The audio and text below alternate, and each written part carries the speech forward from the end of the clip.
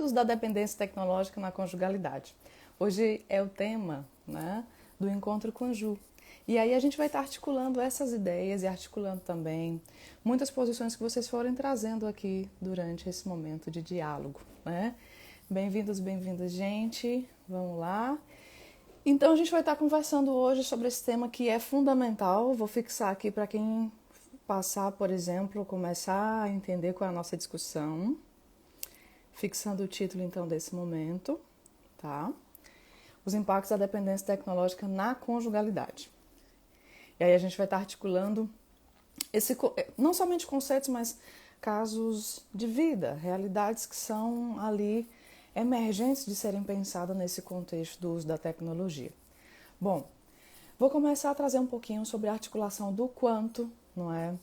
A ideia da subjetividade, ou então a identidade humana, foi pensada como se fosse um único, né, e sustentável processo. Durante muito tempo, várias ideias, vários pensadores, várias teorias trouxeram o pensamento de que a identidade era algo imutável. A gente nasce com a nossa identidade, cada um tem a sua e ponto final. Só que a partir daí, a gente tentou discutir durante toda uma trajetória, eu digo várias teorias, vários pensadores, de Gamorran até Guattari, enfim, trazendo então um estudo mais profundo sobre a subjetividade humana e o quanto que os processos identitários eles são plurais, não é? Então, quando a gente começa a entender que o indivíduo humano ele traz em si não somente uma única perspectiva que seja linear da própria vida, mas pelo contrário, não é? É uma perspectiva múltipla, polifórmica e variada, a gente está falando então de um indivíduo que ao relacionar-se com outra pessoa está dentro de um contexto que ele é complexo, né?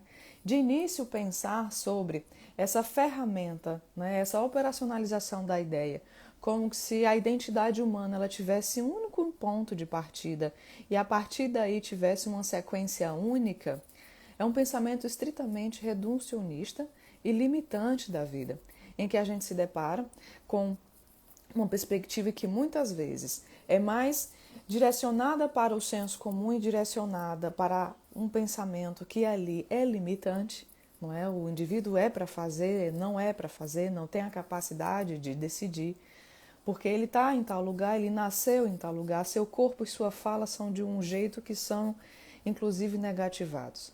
Dentro dessa perspectiva, em que se pensa num script, num panorama de como que se deve ser, como se deve viver, e como a identidade humana deve seguir esse estatuto, né, da personalidade humana, a gente tem aí, diante desse cenário, a base e a sustentação das violências, múltiplas violências.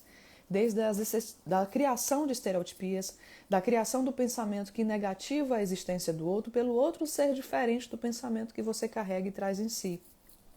Então, quando você começa a fazer uma análise, né, mais ontológica, da humanidade, você entende então que a criação dessa compreensão de que o humano ele tem que ter determinadas características positivas, porque se ele não segue esse script, ele vai ser negativado, e aí a gente começa a perceber que script é esse, Juliana, né? A classe social econômica, né? O que é valorizado socialmente? É o quanto que se tem dinheiro no seu banco, é o quanto que você tem um poder de aquisição, não é? É tua pele, tua cor, a tua idade, né? É o teu gênero, é o modo como você se comunica, o que é que dentro da sociedade vai fazendo com que muitas vezes esse script do modo de existir e ser seja valorizado, mas qualquer outro modo de não ser desse script, ele vai ser violentado. Ele vai fazer parte de um script que vai ser negativado e aí a gente se depara com os estereótipos, com a criação dos preconceitos, com a criação das violências, que são também múltiplas. Bom, então ainda fazendo uma discussão sobre, né, essa perspectiva que é limitante do ser humano, ela vai desembocar então em uma perspectiva que ela é binária, ser ou não ser, forte, fraco, homem, mulher, né? Oi, Zé Roberto, bom dia, né? Boa tarde, enfim, né? Então, quando a gente percebe que a personalidade humana, de início, ela foi criada e sustentada a partir de uma lente que ela é binária, ela pode colocar você em uma hierarquia, ela vai colocar você em uma hierarquia. E aí, falando da individualidade humana, né? Se você segue esse script, por exemplo, da idade, né, do gênero, da sexualidade, da condição econômica, né, beijo, Rô, né, você vai percebendo então que esse traçado ele vai te limitar a um lugar. E ele vai trazer uma perspectiva que, além de ser somente binária, vai ser estagnatária. Ela vai te colocar num lugar que te paralisa. É reconhecidamente notável, né? E muitos estudiosos já chegaram a essa conclusão de que a gente não fala de uma identidade única. A gente não fala desse script como detentor e dono da verdade absoluta do modo como se deve viver. Porque a partir do momento em que esse sujeito, né, essa ideia de self, de único, né, esse sujeito que ele é o centro de tudo, na hora que ele se relaciona com outra pessoa para conjugar ideia, conjugar erotismo, conjugar sexualidades, conjugar desejos, sonhos, medos e pavores, isso se romperia. A partir do momento em que a gente reconhece, não é, a identidade como processos identitários, a gente tem aí uma expansão de ideias, expansão de pensamentos. Chegamos então à ideia central dessa discussão de hoje, que é a partir daqui que a gente vai trazer vários, não somente teóricos ou conceitos para pensar e justificar a complexidade humana, mas a gente pode trazer inclusive o pensamento de Morin, por exemplo. Né? Edgar Morin, quando ele pensa o quanto que, não é, a criação dessa humanidade, do desenvolvimento humano, né, dessa personalidade, dessa subjetividade humana, ela é inclusive resistente. Ela é inclusive vivida num cenário de ineditismos, que não se tem a noção ou a operacionalização do modo como se deve ser de modo exato. E se reconstrói justamente em meio a dúvidas e a incertezas, no ineditismo de ser humano, né, na relação com as coisas, na relação com os outros. Na hora que a gente vê, então, pessoas em uma relação que é identificada como uma conjugalidade, e aí não necessariamente eu vou falar de casos específicos e conceituais do que seria essa conjugalidade, duas pessoas, uma comunidade muito mais ampla, conjugar uma ideia, unir-se a uma pessoa diante de determinada situação, e eu vou trazer a conjugalidade aqui de início, porque depois a gente pode discutir bastante esse conceito, mas simplesmente como a ideia do unir-se a outra pessoa num acordo conjugal, num acordo ali de relações que envolve desde acordos do dia a dia, como por exemplo até condições econômicas e financeiras, né? Até mesmo os próprios desejos eróticos, os sonhos, não é? As fantasias, os medos, os pesadelos. Nessa perspectiva, então, que a gente pensa a conjugalidade, então, como uma associação, né? Vamos pensar numa dupla nesse momento, independente da questão de gênero. A gente não vai discutir se esse casal tem outras perspectivas polifórmicas de existir sem relação à questão de gênero. Mas simplesmente eu quero trazer algumas perspectivas quando a gente fala do quanto que, às vezes, você está na relação com alguém, não é? E se sente conjugada a essa pessoa, se sente dentro de um acordo, inclusive, né? Esses acordos são legitimados, são visíveis, e a dependência tecnológica ela começa a se tornar muito presente. Quanto que o pensamento da cibernética ela vai trazer a ideia de que realmente nós somos múltiplos e variados. Quando nós temos, então, essa vivência de modo coletivo, a gente pode se deparar com um cenário muito denso. O que é que você quer, o que o outro quer? O que é que sua namorada pensa, o que é que você pensa? Né? Qual é o acordo que é vivido dentro do seu casamento, por exemplo? Quando a gente fala de que uma programação simples, como qual é a hora do almoço, até mesmo o que fazer nas férias. E aí eu quero chegar a um ponto central aqui que vinha a ser a presença. A importância da presença na relação conjugal. O que significa isso, então, quando a gente se depara com cada vez mais pessoas estando diante de si, diante, né, do cenário da tecnologia, em que a gente visualiza práticas de infame em que inclusive se esnoba a presença do outro, não dando a importância nem a centralização de que aquela presença poderia merecer. Quando a gente olha, né? Oi, Ivone, saudade, Gene, olha, o Sampaio, Gente, qualquer pergunta coloquem aqui, tá? Podem ficar à vontade. Então, fazendo essa articulação do que seria essa perspectiva da conjugalidade, de início, duas pessoas, a gente sabe que a conjugalidade pode ser vivida de modo comunitário até, mas vamos trazer o cenário de duas pessoas para exemplificar aqui alguns exemplos, né? Quando a gente se depara, então, com duas pessoas, às vezes, dentro até mesmo do restaurante, beijo, né? Do restaurante, como é que você tem visto ao seu redor que essas pessoas têm dialogado ou vivido aquele momento, aquele espaço de privacidade?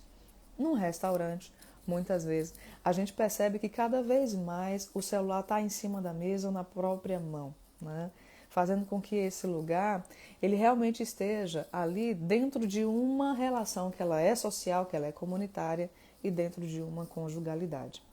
Quando a gente olha para esse cenário, né, que tipo de atenção se dá quando a gente tem a nossa questão orgânica, psíquica e muitas vezes comprometida com uma circulação, uma flexibilidade de pensamentos e linguagens, como é que fica a atenção quando você tem que dividir sua atenção para várias coisas ao mesmo tempo? O quanto que uma pessoa ali ao seu redor, não é? Como sua namorada, seu namorado, esposa, enfim, até, né, alguém interessante a você, está com o celular na mão e ela não olha para você. A gente tem acompanhado, então, intensas pessoas, né, pessoas trazendo intensas relações e sentimentos de solidão e de abandono em que muitas vezes não se tem mais o momento do diálogo, nem o interesse do importar-se, né, do olho a olho, do diálogo, da conversa. Durante muito tempo, né, eu não sei se vocês já atendem pessoas assim, qual o contexto de vocês, se são profissionais da educação, da saúde, o quanto que param para pensar e perceber ao redor que existem relacionamentos que cada vez mais estão dentro de rotinas e hábitos em que o smartphone está ali na palma da mão o tempo inteiro, né? Vou trazer um dado para vocês. A ida ao restaurante tem sido cada vez mais demarcada pelo celular na mão e em cima da mesa. Dentro de relações conjugais, dentro de relações ditas amorosas e eróticas, não é? Eu tenho, de certo modo, até um relato para apresentar para vocês, em que em determinado momento uma pessoa chega e diz: Juliana, eu procuro alguém para me relacionar, desde que essa pessoa entenda que tem hora que eu quero ficar no meu celular, que entenda a minha privacidade e que eu não precise ficar conversando o tempo inteiro. Nessa trajetória, nessa nova perspectiva de busca por conjugalidades, namoros, relacionamentos, quais nomes a gente vem andar, a gente se depara por uma difusão de interesses, não é? Difusão de atenção e de expressão de sentimento, expressão inclusive de linguagens. Como é sentar com alguém que essa pessoa não olha para você ou então não dialoga durante algum tempo, durante horas, em que inclusive se incomoda quando você diz: coloca o celular do lado e vamos conversar um pouco. Qual é o momento que você entende que a conversa pode ser inclusive menos interessante, né? Oi, Carol, saudade, né? Menos interessante do que a presença ativa, dialogada, muito vívida, não é? Em que há uma solicitação, inclusive, de eu quero estar presente com você, eu quero aqui ter uma atenção específica, e a gente vai chamar do conceito, não é? De uma presentificação, quando essa presença ela é ativa, ela é espontânea, e não uma forçação de barra, porque a pessoa prefere estar com o celular na mão, resolvendo ou vendo coisas ou se informando, do que estar dialogando com você. Quando você olha, não somente nos restaurantes, mas quando você sai, quando você olha no trânsito, quando você vê pessoas, famílias, quais são as estatísticas que vocês têm percebido no dia a dia que essas pessoas têm utilizado o celular em mãos? Isso tem sido denunciado cada vez mais. Gente, isso gera não simplesmente algo pontual na vida de uma pessoa. Não se gera somente a sensação de eu não tenho a atenção dessa pessoa, mas a longo prazo isso vai criando cápsulas, criando cascas psicológicas, emocionais, sociais, do quanto a resistência, para a entrega em uma relação, ela vai ficando mais difícil com o passar do tempo. Eu me entrego a uma relação e essa relação ela está entregue a mim, essa pessoa ela confia em mim, ela me deseja, eu desejo a ponto de estar aqui. Qual é a organização do cotidiano que vocês têm visto que talvez seja fundamental e importante para pensar no quanto a conjugalidade ela vai ser fundamental, não é? De ser visibilizada, de ser legitimada, não é? Ô Helena, para que nesse acordo de existência ela venha realmente a existir. Porque não é de hoje que a gente sabe que cada vez mais as relações estão mais efêmeras, não é? Não é simplesmente a duração de uma relação. Para algumas pessoas é importante dizer que namora durante 1 mês, 3 meses, 1 ano, né? Para outras pessoas é fundamental dizer que está namorando alguém, estar com alguém, porque talvez se sentir sozinho seja muito negativo. e talvez seja uma experiência de muito abandono. Vocês talvez conheçam pessoas que não ficam sozinhos e até dependendo dos acordos que existem em várias e múltiplas relações. Quando a gente se depara, então, com a pessoa que cada vez mais está necessitando utilizar a tecnologia, a ponto de a relação presencial ficar ofuscada, uma relação conjugal, por exemplo, em que cada vez menos existe diálogo, cada vez menos existe convivência, inclusive atividades sexuais, erotismos, né? A transa, o namoro, não é? O romantismo, o encanto, a sedução, o trocar ideia, inclusive se apoiar em alguém dentro dessa relação. E aí a gente percebe que a dependência tecnológica dentro de uma relação conjugal, ela vai minar as perspectivas vividas, tanto no presente como a perspectiva de vida para o futuro. A relação conjugal, ela tem um ciclo de vida, ela tem um nascimento, ela tem um desenvolvimento, ela tem toda uma manutenção e estratégia para pensar na saúde dessa conjugalidade. Se durante esse percurso a dependência tecnológica se instala, ela vai minar. E ela pode ser um câncer dentro da relação conjugal, em que possa fazer com que essa relação venha chegar à sua finalização. Como é que você vai intervir diante desse cenário se você for um psicólogo, por exemplo, que atende terapeutas, você é terapeuta familiar, por exemplo? Se você for um profissional da área de educação e que talvez esteja dentro da escola e que alunos talvez ali, né, na psicologia, conversando com você, falam de que talvez os pais não conversem dentro de casa e cada um fica no seu computador, no celular, como é que você pode ser ponte nesse processo de mediação em que a família, né, a relação que vive entre duas e mais pessoas, ela é fundamental numa relação de durabilidade de existências. Eu iniciei a minha fala de hoje dizendo justamente que até bem pouco tempo se pensava que a identidade humana era somente uma. Você nasce, cresce e morre, né, de um único jeito. Não existe essa mudança, não existe essa transição. Pelo contrário, a gente fala de processos identitários. Nós somos múltiplos e variados. E essa transformação da personalidade soma-se à transformação da personalidade dos outros. A gente sai de uma cultura que ela é impressa, que ela é transcrita, que ela é, muitas vezes, ali desenhada para se entender uma rotina, para uma rotina e uma cultura totalmente digital, universalizada.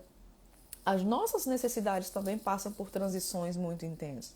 A necessidade humana, o modo como nós, pessoas, seres humanos, pensamos, hoje é bem diferente de 20 anos atrás, em que a gente não tinha um smartphone aqui nas nossas mãos, nem era objeto de trabalho, nem era objeto de desejo, nem era objeto de medo, porque cada vez mais, cada pessoa que está dentro de uma relação conjugal, uma relação amorosa, uma relação erótica que seja, ao ver alguém com o celular, às vezes vem a solicitar a senha.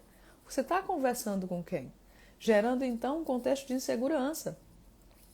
Se você passa por essa situação ou então acompanhou alguém que já trouxe esse cenário para você, qual a melhor alternativa, então, ou como manejo desse acompanhamento para que a insegurança ela seja, então, absorvida e a pessoa consiga se sentir em espaço seguro dentro de uma relação conjugal, mesmo com a utilização de tecnologias, porque a gente não vai mais guardar os celulares. O uso certo, o uso linkado, então, no desenvolvimento dessa relação conjugal, justamente com a necessidade de novas linguagens, novos pensamentos, novas expressões sentimentais que a cultura digital potencializa, é a alternativa mais coerente. Não acho que é desconectar-se ao todo, não acho que é simplesmente, quando a gente está junto a gente não usa tecnologia. Pelo contrário, você pode jogar videogames, você vai jogar, você vai brincar, você vai utilizar a tecnologia quando você estiver em vários lugares ao mesmo tempo. Mas qual é o momento em que você talvez tenha a expansão da consciência de perceber que o uso, né, intenso de um videogame ou de uma tecnologia como um computador, até mesmo televisão para ver muitas séries, filmes, novelas, né, pode se tornar oerão, né, pode se tornar extremamente intenso e prejudicial tanto a você como também as relações com outras pessoas. Pensar nessa problemática envolve, então, uma disponibilidade para o investimento na saúde da relação conjugal. A partir daí, a gente se depara, então, com a criação de toda uma perspectiva que precisa ser manuseada, ela precisa ser norteada. E algumas pessoas, elas ainda não despontaram para que o uso da tecnologia, ela pode servir e ser usada como uma verdadeira bomba dentro de uma relação. Ou então, não somente em uma relação. Quando a pessoa se pergunta, por que, Juliana, muitas vezes eu entro em um relacionamento amoroso e eu não consigo perdurar nessa relação ou eu não encontro alguém? Como é que está a tua atenção, como é que está o teu cuidado, o teu comprometimento, o teu interesse, o teu desejo, né, dentro da relação quando você encontra alguém? Você consegue se sentir confiante e seguro para se entregar em relação aos pensamentos, à linguagem, ao comprometimento dos ânimos, né? Ao interesse de fazer acontecer essa relação? Ou muitas vezes o teu celular é um lugar mais seguro possível e que talvez esteja aqui, na tua mão, o lugar de suporte e segurança que você tanto deseja. E talvez, a longo prazo, você vai percebendo que menos você sabe se relacionar com outras pessoas. Provavelmente, eu não sei se vocês aqui passam por essa situação ou trabalham com pessoas nesse desenvolvimento relacional em que, muitas vezes, não é, o celular ocupa um espaço tão forte, tão contínuo, tão permanente na vida das pessoas que quem está ao redor tem a sensação de não importar. Eu não sei se vocês já ouviram falar sobre unfubbing, no caso o conceito que fala sobre o esnobar a presença do outro. É quando alguém está em comunicação, por exemplo, está na mesa do restaurante e você, ao invés de conversar com outra pessoa, você está com o celular. Ou então você está na sala de casa, em que ao invés de interagir com as outras pessoas, você está interagindo com o mundo, com o universo, com outras pessoas que estão ali no teu smartphone e na tua mão. Não é? É uma inversão, no caso, de prioridades e atenções direcionadas a quem está no universo presencial e no universo virtual. Mas também não vamos romantizar de achar que isso é totalmente separado, né? Até porque a Rafaela que está conectada é a Rafaela que está no mundo presencial também conectada com outras pessoas e outras relações. Mas qual é o momento em que, a partir da situação em que acontece um encontro, a legitimação da personalidade humana, né? Inclusive a difusão de ideias, entrar em desacordo, por exemplo, pensar e legitimar e defender ideias diferentes, por exemplo, desde a perspectiva do futebol até política, né? Falar sobre religião, sobre temas polêmicos, por exemplo. Você em algum momento vai ver pessoas pensando diferentemente, de modo muito intenso daquilo que você acredita. Algumas pessoas já não sabem tão se relacionar com pessoas a ponto de virem com a agressividade antes mesmo de criar algum tipo de argumento mais coerente. Durante o processo de conjugalidade ou vivência das relações, e Anderson, meu lindo, né? A partir do momento em que você entra nas relações conjugais, e aí vamos pensar uma relação comunitária, uma relação de conjugar pensamentos dentro de um projeto, né? Ou então uma conjugalidade que envolve erotismos, né? Independente de número de pessoas, independente da questão de gênero, como é que a conjugalidade ela é dita, ela é pensada, ela é comunicada entre as pessoas que fazem parte, né? E aí, cabendo então espaço para o uso da tecnologia, qual é o lugar que a tecnologia tem para cada um dentro dessa conjugalidade? Se você é viciado em videogame, você tem um disparo contínuo, um looping contínuo de uma atividade que ela não tem fim. Então você entra numa fase de querer vencer, não estou conseguindo vencer, tá difícil, estou morrendo, recomeço, consegui vencer e aí eu tenho o próximo jogo, ou a próxima fase, né? Oi, linda! Olha a tal, tá aqui, né?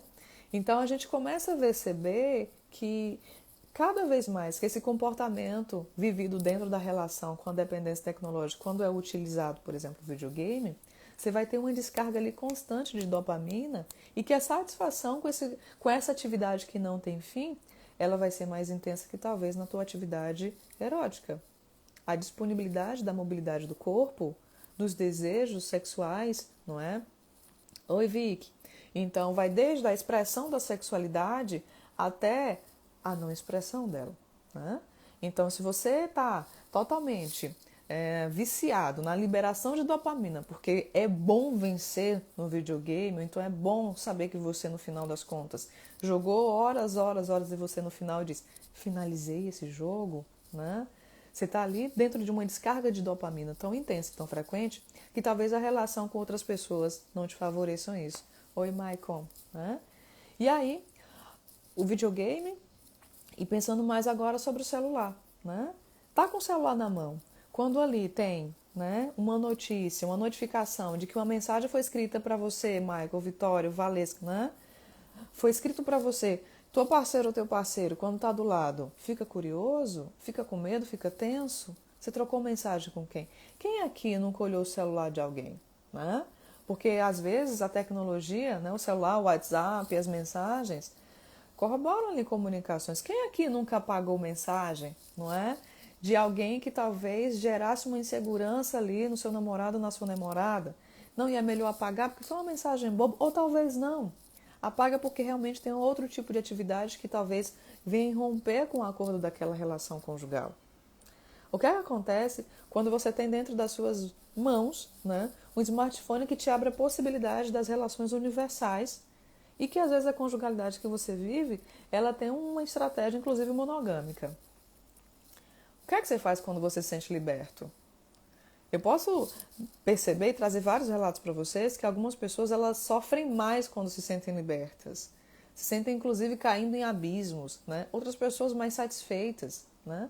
A tecnologia ela traz essa ideia, né? No caso, a utilização do celular, você ao mesmo tempo em que pode eleger alguém para uma relação específica ou uma relação fixa, né? Ou uma relação conjugal, enfim, casamento, namoro, ficar, qualquer nome que a gente venha dar, ao mesmo tempo, você tem um universo de possibilidades na sua mão, com vários aplicativos com ações que podem ser, inclusive, pontuais. Né? Aqui, durante meia hora, você pode ter um tipo de intimidade com alguém que talvez venha romper algum acordo conjugal. E aí o celular te dá todas essas possibilidades, mas o quanto isso pode ser devastador para aquilo que você queria construir para você ou para a tua proposta de relação conjugal.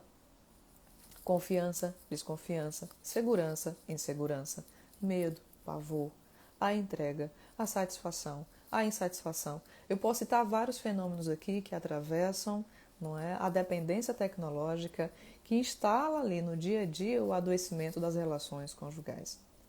Você pode perceber que a partir do momento em que mais pessoas usam os celulares, os videogames e entram numa situação de dependência tecnológica, as suas relações vão ser prejudicadas. A relação conjugal talvez seja uma das primeiras a começar a ser mortificadas, porque cada vez menos tempo, menos dedicação, menos desejo vai existir dentro dessa relação. A liberação da dopamina, quando você está ali vivenciando a dependência tecnológica, ela é intensa. Os pixels e as imagens que você vê, visualiza, enxerga literalmente no seu celular, são tão mais intensos do que você simplesmente desviar o teu olhar e olhar para a pessoa que está ao teu redor. Vai ser menos colorida mesmo. E isso influencia em perspectivas que geram dúvidas sobre as relações, dúvidas sobre os sentimentos, dúvidas também sobre os sentidos da vida.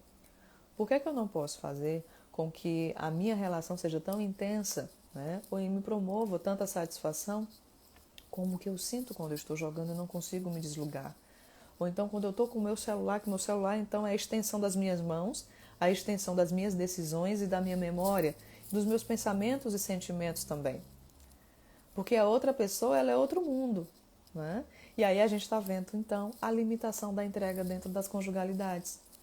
Da entrega de confiar, não é? De desejar, inclusive de criar, desde projetos pontuais até projetos mais duradouros.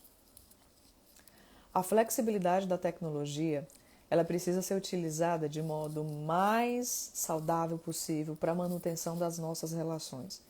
Se você percebe que o seu celular ele está sendo um incômodo ou uma patologia, um adoecimento ali no cotidiano da tua relação, é preciso fazer uma intervenção. Não venha ser romântico bastante de achar que somente a tecnologia é algo positivo ou que ela carrega em si, não é, uma perspectiva positivada do aparelhamento. Na verdade, a tecnologia dentro da sua casa, ela pode estar adoecendo e pode estar gerando sofrimento intenso. E a sua percepção pode estar totalmente distante. E com o passar do tempo, quando a situação de sofrimento vier à tona, pode ser tarde demais.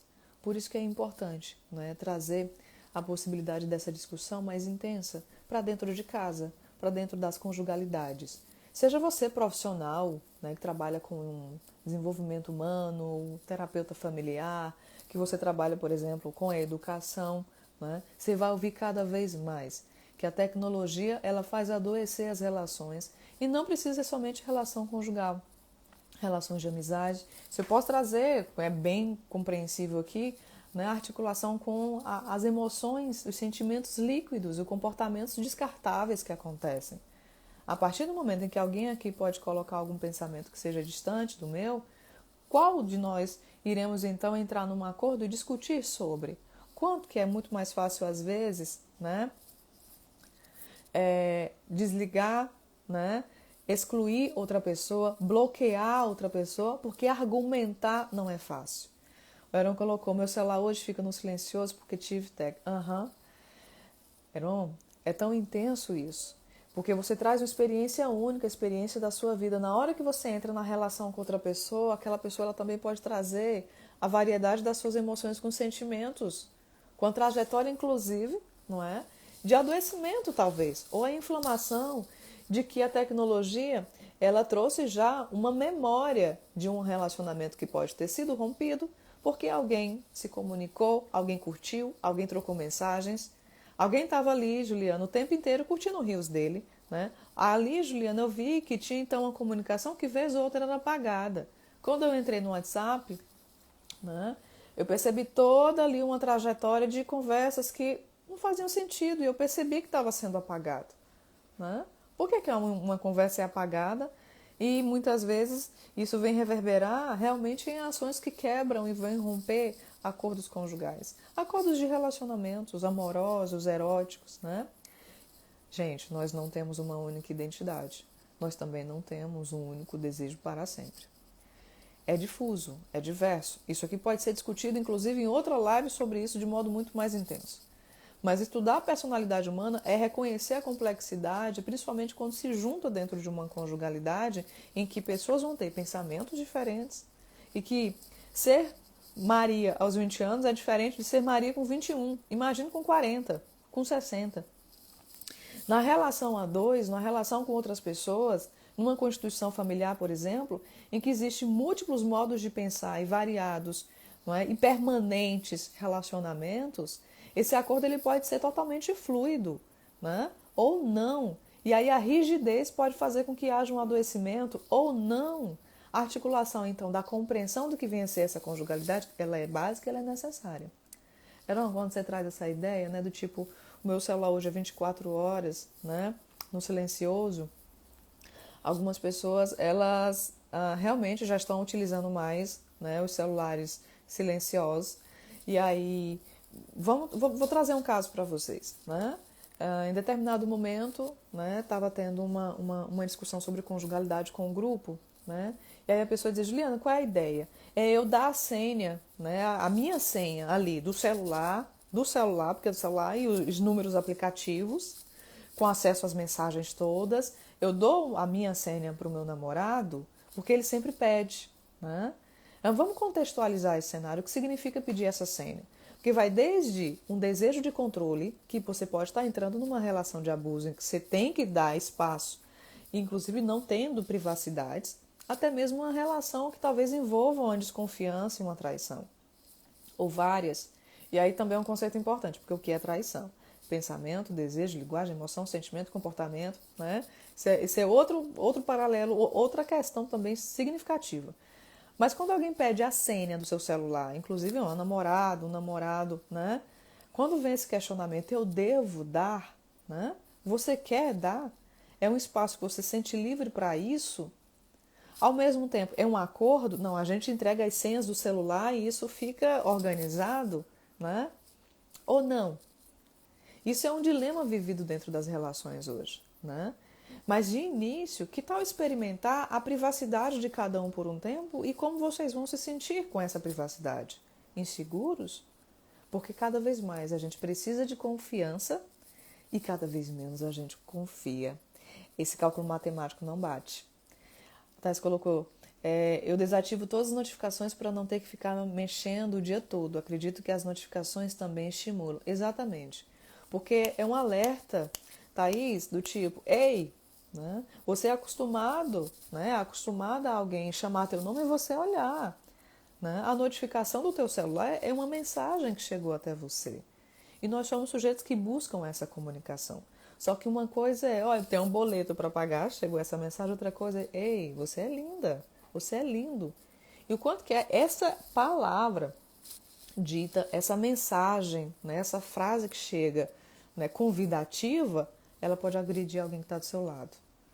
E muitas vezes há discussões conjugais que alguém recebeu uma mensagem que não necessariamente tinha nenhum tipo de culpa na situação, mas ali naquele momento aquela mensagem chegou para destituir, né? Chegou para machucar a relação. E aí começa a se desconfiar, começa a se romper, a quebrar e a finalizar. Como eu falei para vocês, a conjugalidade, né, ela possui um ciclo vital. E aí muitas pessoas possuem ritmos diferentes de existir.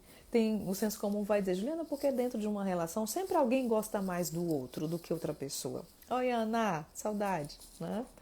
Por que às vezes dentro de uma relação tem gente, às vezes sempre alguém apresenta ser mais afetuoso do que o outro? Gente, são ritmos diferentes, são ritmos de existências relacionais diferentes, né? Tem uma pessoa que pode, inclusive, apresentar intensos desejos eróticos, inclusive ter dificuldade de sentir prazer, né, na intimidade. Então, beijo, né, para todo mundo aí, viu? E aí, quando a gente percebe essa discrepância, né, essa mudança de ritmo, de expressões, é preciso entender qual o lugar da tecnologia, porque também vai ser um ritmo diferenciado. Juliana, eu não uso o celular para ver se ele não usa o celular. Ou então, eu não uso o celular para ela deixar o dela ali, mas ela fica com o dela na mão o tempo inteiro. Né? O que é que eu faço? Porque eu estou ali, eu não sou vista, eu não sou ouvida. E aí, nós temos visto relacionamentos que cada vez mais as pessoas têm sentido despercebidas, inexistentes. Né? O que é que a gente faz? Somente rompe e pronto? É simplesmente assim? Qual é o lugar em que você luta por aquilo que acredita, por sente? Ah, Juliana, lutar é cansativo demais. Exato. Cada vez mais estamos indisponíveis, né, para buscar aquilo que a gente deseja, para buscar aquilo que a gente quer. Porque o que a gente tem percebido é que na cultura digital o imediatismo é ali, presente. Um fenômeno que a gente acredita que pode inclusive ser generalizado. Mas quando a gente fala de pessoas, de mundo, de possibilidades, o imediatismo não se sustenta. Então a gente precisa aprender a viver ou a não esquecer disso. A Ivone colocou, fiquei sem celular 2 dias por problemas técnicos e quando recebi fui ver mais de 500 mensagens. E quando fui ver não eram mensagens que fizeram, né, faria diferença na vida. Então percebi que poderia ficar mais tempo sem estar conferindo as mensagens. Olha aí. E aí esse fenômeno de você estar aqui e eu tenho que olhar as mensagens, eu tenho que saber o que é que está ali. Isso gera uma intensa ansiedade, Ivone, nós sabemos disso. E bora lá. Quando você coloca essa mensagem assim, e eu percebi que eu talvez não precise ficar o tempo inteiro olhando para o celular. Né? É interessante porque a gente começa a perceber alguns detalhes que vão ativar outras conjunturas psicológicas. Eu percebi que eu não preciso tanto utilizar o celular, mas eu diminui o uso. Como foi que eu fiz? Ele está aqui, ele vibra, ele realmente faz um barulho, cada mensagem que chega, notificação. Como o Aaron colocou, fica silencioso 24 horas por dia. Né? Eu quero montar uma proposta com vocês e aí a gente vai discutindo um pouco, né, nos próximos encontros até. Tenta ficar um tempo, somente 2 horas com o celular em outro compartimento da sua casa, em outro ambiente. E olha para o que você sente. Olha para o que você sente. Vou dar spoiler de um caso que eu fiz, né? Isso com um grupo de supervisão, em que a gente pensou isso já tem um tempo atrás, né? E aí, os meus supervisionantes, no caso, eram alunos da psicologia, né? Já estavam no 10º semestre, se formando, já estavam atendendo pessoas. E aí eu sugeri para eles mesmos vivenciarem isso, porque eles estavam atendendo pessoas que tinham esse contexto da dependência tecnológica. Nisso, quando eu disse assim, meninos, vamos lá, né? Quando você coloca seu celular em outro lugar, você está na sala e está lá no quarto o celular, e você sabe que está lá, você deixou lá de propósito. Ao sair e ficar na sala durante 2 horas, o que é que vocês sentem? Vocês sentem o quê? Né? Independente da hora, faça isso uma vez ao dia para experimentar o seu sentimento. Né?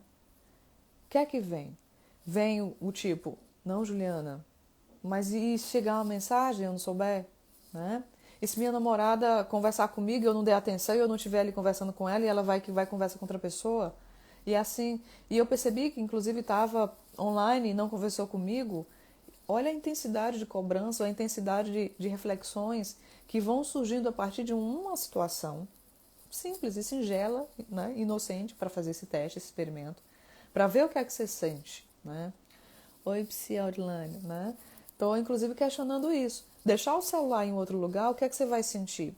E olha que eu não trago proposta aqui de desconexão, não é essa vibe. Eu trago uma proposta de linkamentos. Linkamentos com o que é importante para que a gente consiga saber o que é importante ainda nas nossas vidas. Para que a gente tenha um poder de decisão de linkar, né, o que é que vai acontecer no decorrer, não é, das nossas vidas. Né? Olha aí, faço de vez em quando, né, mas curiosa para ver o que chegou. Exato. Vânia, é aí que eu quero chegar. Né?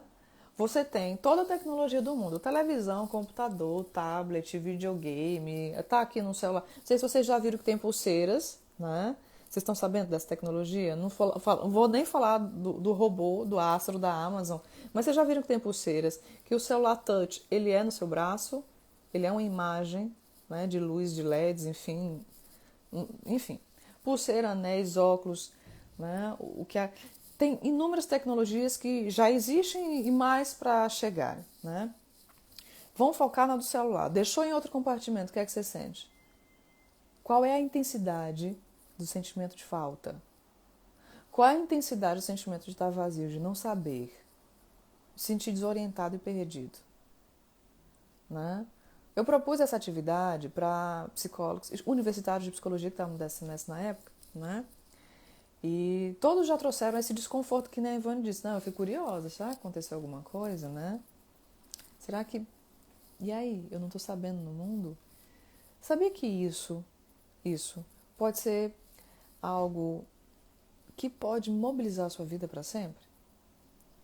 Porque pode ser gatilho para inúmeras sensações de vazios, né? Inclusive dentro de relações conjugais e eróticas, em que talvez você esteja ali naquela sala com uma pessoa, mas mesmo assim você sente vazio. Ou então, o que é que está acontecendo que eu não sei no mundo? E aí aquela pessoa que você diz que ama está ali na sua frente. E às vezes pensar sobre esse vazio, ou sentir esse vazio, você começa a dizer, esse vazio é porque essa relação é vazia. Essa sala é vazia. E não é da sala que você está pensando, ou sentindo o vazio, e nem da relação. É porque o teu sentimento de completude já está vinculado a um formato, né? A utilização do celular. Então também tenha muito cuidado, porque não é simplesmente um psicólogo, um psiquiatra, alguém dizer assim, é o seguinte, tira o celular de perto de você.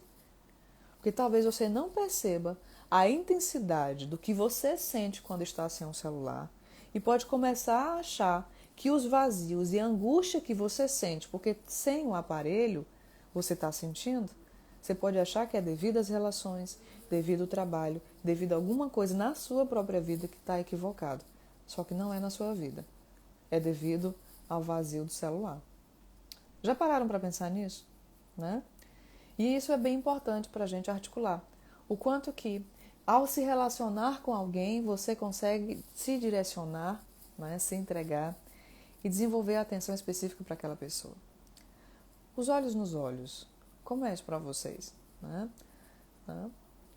Qual a importância da comunicação, dos tons de voz? Né? O tom mais alto, mais baixinho, mais elevado, mais meloso, mais cantado, mais forte, mais agressivo. Qual a variedade da voz da pessoa que você ama, né, sente? E aí, não somente a voz, o toque, né, o aquecimento da presença. Qual é o momento que você percebe que quem está ali do seu lado realmente importa e é precioso para você? Você está tão ali, no corre-corre do dia, que isso também tem sido esquecido. Tem ocupado um lugar ali irrisório até. Até porque a relação talvez já tenha tanto tempo, ou talvez não seja tão mais importante.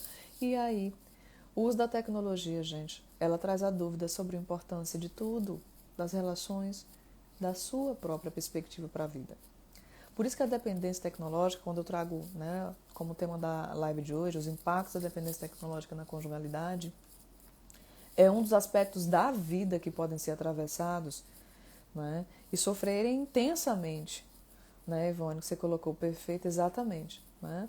intensamente, porque o problema talvez não seja a relação.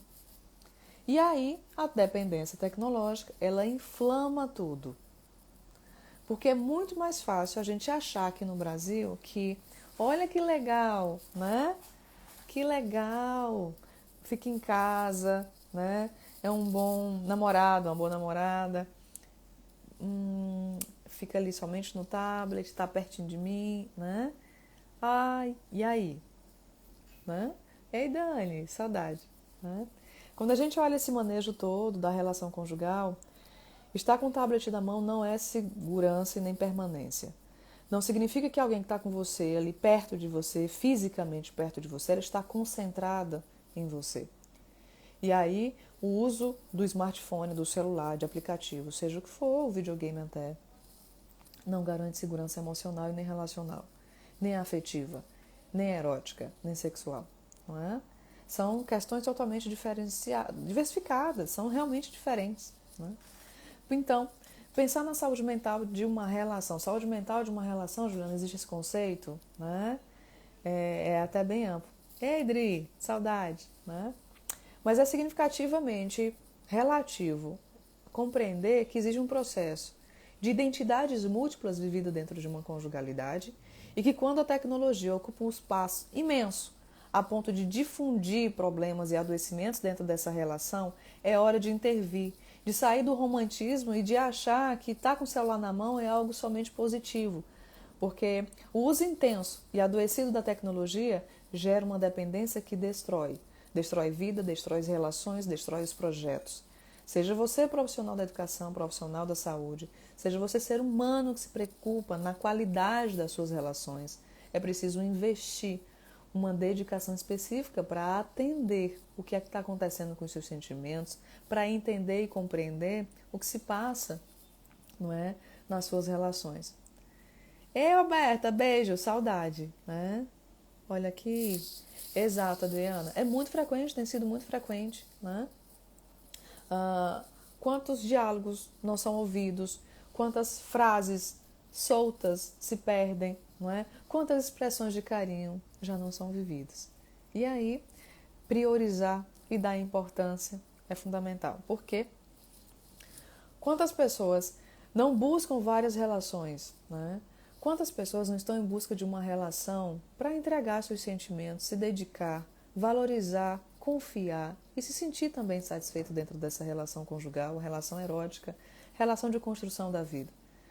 Mas quantas pessoas também não passam despercebido quando que o uso intenso da tecnologia vai roubar a entrega e o nível de satisfação. E vai prejudicar, de modo geral, a possibilidade de uma relação conjugal saudável. A utilização da tecnologia, ela precisa ser vivida de modo que venha trazer possibilidades totalmente construtivas. Se a partir do momento do uso da tecnologia intensa em sua vida, você tem percebido que ela está prejudicando, observe e venha intervir quando for preciso, porque vai ser preciso. Né? O Heron colocou, essa dependência eu cheguei à conclusão que era desequilíbrio, carência em áreas da minha vida.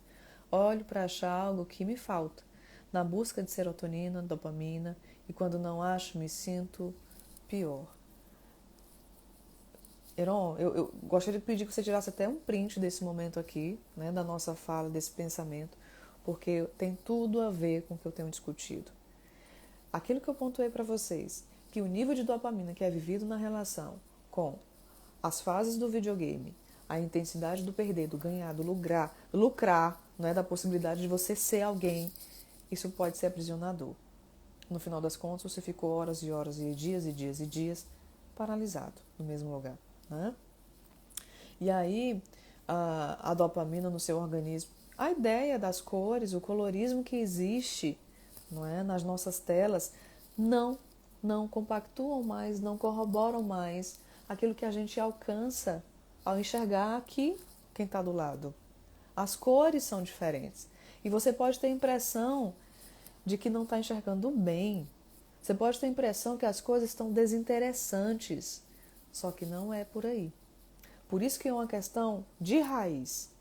Gente, eu vou fazer um evento bem bacana em novembro. Então, quem estiver por aqui e já quiser desenvolver algum tipo de interesse nessa área, fica perto, porque vocês sabem que todo dia eu coloco aqui conteúdo gratuito sobre dependência tecnológica. Essa semana a gente já teve uma série de lives e a gente vai continuar tendo tanto conteúdo no feed, como também conteúdo de lives, como muita coisa bacana para realmente valorizar esse espaço, né?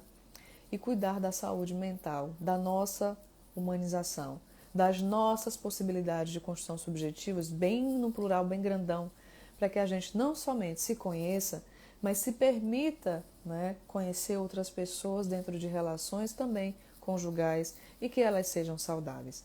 Obrigada por quem entrou, quem ficou, quem discutiu, Heron, Ivone, Roberta, né? Gente, Adriana, Ana, todo mundo, Thaís, quero muito agradecer, né? Um beijo, beijo, beijo, beijo em vocês. O Maicon, né? Tawane, olha, o Anderson. Muita gente em todos, tá bom? Um beijo. Semana que vem, né? Hoje à noite, a qualquer momento, a gente tá trazendo mais informações para vocês sobre isso, ok? Que a gente venha fazer o melhor uso das tecnologias para se linkar com o que é importante em nossas vidas. Beijo, gente. Obrigada. Tchau, tchau.